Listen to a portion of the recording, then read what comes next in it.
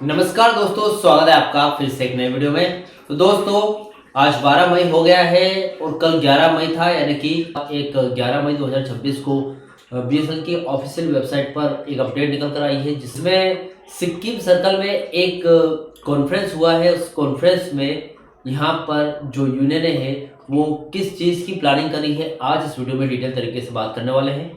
तो सबसे पहले तो चैनल पर नए हो तो सब्सक्राइब कर, मेरा नाम है सुनील विश्वकर्मा। जानकारी यूजफुल लगे तो एक लाइक करके जरूर जाना। चलिए दोस्तों, बढ़ाते हैं वीडियो को आगे। देखिए दोस्तों, एक प्लानिंग होने वाली है, एक साजिश होने वाली है पेंशनर्स और कर्मचारियों के खिलाफ डोट के द्वारा लिंकिंग की साजिश। अब इस साजिश ये क्यों कर रहे हैं वो देख लेते हैं पहले। देखिए दोस्तों, अगर प्रशासन एक बहुत बड़ा माइंड गेम खेल रहा है, देखा जाए तो इसे थोड़ा सरल शब्दों में समझते हैं। जैसे कि असली खेल की अगर बात करूं तो आपका 4 महीने का जो आईडीए है, वो आईडीए का जो एरियर है एक अलग कानूनी हक है, लेकिन प्रशासन इसे थर्ड पीआरसी के वेज सेटलमेंट की फाइल के साथ जोड़ना चाहता है। आपका दोस्तों, जो आपका आईडीए है, 4 महीने का आईडीए है जो बकाया है, ठीक है, वो एरियर है जो 4 महीने का आईडीए एरियर, वो एक तरीके से आपका एक अलग से कानूनी हक है, लेकिन प्रशासन इसे थर्ड पीआरसी यानी कि वेज सेटलमेंट की फाइल के साथ जोड़ना चाहता है, लिंक करना चाहता है। अब ऐसी स्थिति में फायदा दिखाने का तरीका देखिए इनका। मान लीजिए कि जैसे कि आपका वेज डिवीजन से जो आपकी सैलरी है 5,000 रुपये है, जस्ट एक मान के चलिए, और आपका बकाया 4 महीने का जो एरियर है वो 20,000 रुपये है।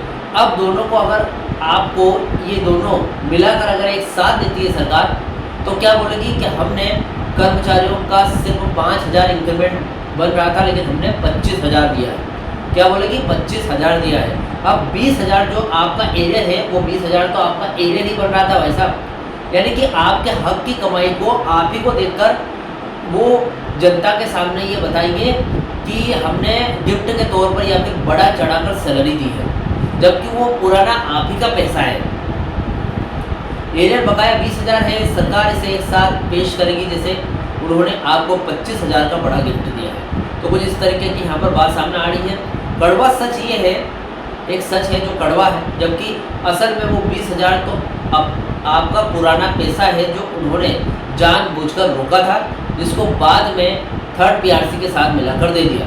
ये कर्मचारियों को मानसिक रूप से ये महसूस कराने की कोशिश कर रहे हैं कि सरकार बहुत ही उदार है, ताकि आप वेज सेटलमेंट की अन्य मांगों पर समझौता कर ले। यानी कि देखा जाए तो वेज सेटलमेंट के मुद्दे पर आप अड़े हो, उसके बाद एरियर भी चाहते हो 9 साल 4 महीने का, तो यहाँ पर आईडीए का मुद्दा लगा दिया है।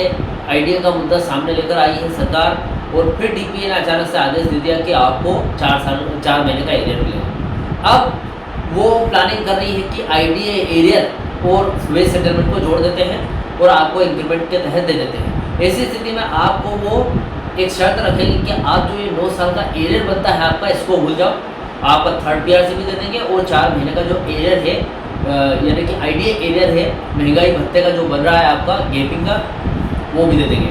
तो इसीलिए यहाँ पर देखा जाए तो सरकार ऐसी प्लानिंग कर रही है, और कर्मचारी और पेंशनर्स को सतर्क रहना चाहिए। फिलहाल क्या चल रही है अपडेट, उस पर लगातार ध्यान देना चाहिए।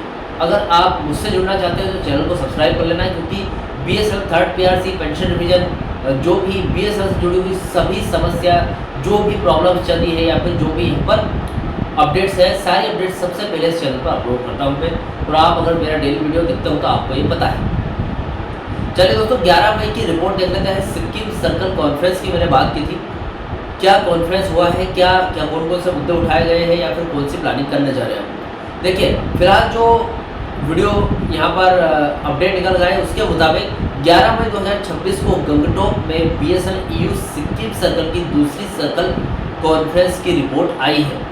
इस मीटिंग में जो हुआ है वो फिलहाल जो मैंने इसके पहले सवाल किया था, जो प्लानिंग कर रही है आईडीए और वेज सेटलमेंट को एक करने की, वो जो सवाल था उसका और इस कॉन्फ्रेंस का बहुत ही ज़्यादा देखा जाए तो जो सवाल था उससे सीधा संबंध रखता है।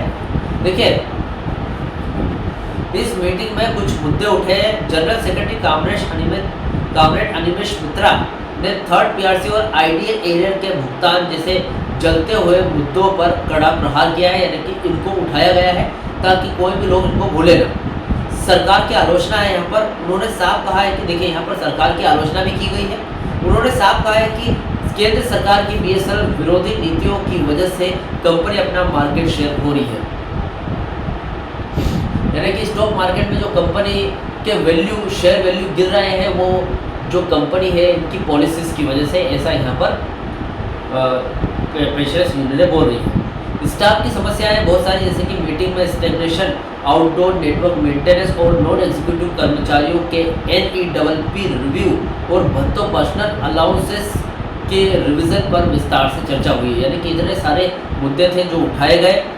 एकता का संदेश दिया है इन मुद्दों को उठाने के बाद। इस कॉन्फ्रेंस में AIGITO, इस कॉन्फ्रेंस में 3 यूनियनें, जो बड़ी बड़ी यूनियंस हैं, जैसे बड़े संगठन के लीडर्स ने भी हिस्सा लिया है, जो यह दिखाता है कि अब हर कोई इस लिंकिंग की साजिश को समझ चुका है और एकजुट हो रहा है। यानी कि देखिए, एकजुट पेंशनर्स, कर्मचारी और मजदूर वर्ग, लेबर सब एकजुट होंगे तो अपने आप बीएसएनएल मैनेजमेंट या फिर सरकार घुटने पे आ जाएगा, जो कि सरकार ऐसा चाहती नहीं है। सरकार पेंशनर्स और कर्मचारियों को आपस में भिड़ाना चाहती है, दोनों का रिश्ता तोड़ना चाहती है। वो चाहती है कि कर्मचारी जो संचार भवन को घेरे में लेने की कोशिश कर रहे हैं 12 जून को, वो ना हो और उसमें पेंशनर्स कर्मचारियों का साथ ना दें।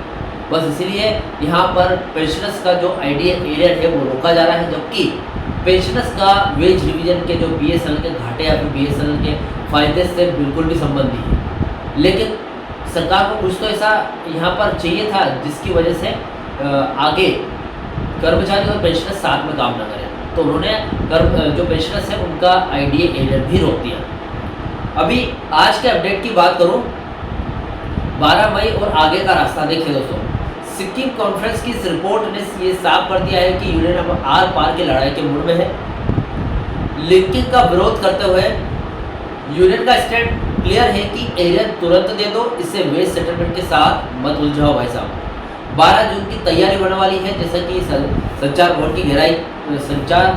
की घेराव की सिक्किम से लेकर दिल्ली तक 11 मई की इन मीटिंग्स का एक ही निष्कर्ष है, एक ही कुल मिलाकर बात आती है कि अगर मई के अंत तक एरियर नहीं दिया गया और थर्ड PRC पर लिखित आदेश नहीं आए तो 12 जून का दिल्ली मार्च ऐतिहासिक होगा। तो यहाँ पर देखा जाए तो यूनियन ने अपनी तैयारी पूरी कर ली है। सिक्किम की तरफ से भी यहाँ पर पूरी बात आई है कि 12 जून को जो रैली होने वाली है उसमें सिक्किम की तरफ से बहुत सारे लोग, यानी कि सभी कर्मचारी, पेंशनर्स और लेबर वर्ग के जितने भी यूनियंस हैं, लोग हैं, सभी शामिल होंगे। क्योंकि देखिए, सभी का कुछ ना कुछ मुद्दा है और वो मुद्दा बीएसएनएल सॉल्व नहीं कर रही है या फिर नहीं कर पा रही है। और अगर बीएसएनएल ये सारे मुद्दे अगर बीएसएनएल में हल करने हैं तो यहाँ पर प्रोटेस्ट करना पड़ेगा। किसी भी तरीके का प्रोटेस्ट करो, प्रोटेस्ट से ही हल होंगे सारे मुद्दे। फिलहाल दोस्तों 11 मई 2026 की अपडेट थी, और इस अपडेट से जुड़े जो भी आपके डाउट, क्वेश्चन वगैरह हो तो मुझे कमेंट कर सकते हैं। वीडियो अच्छा लगा तो वीडियो को लाइक कमेंट शेयर करें। मिलता है दोस्तों नेक्स्ट वीडियो में। सी यू सून।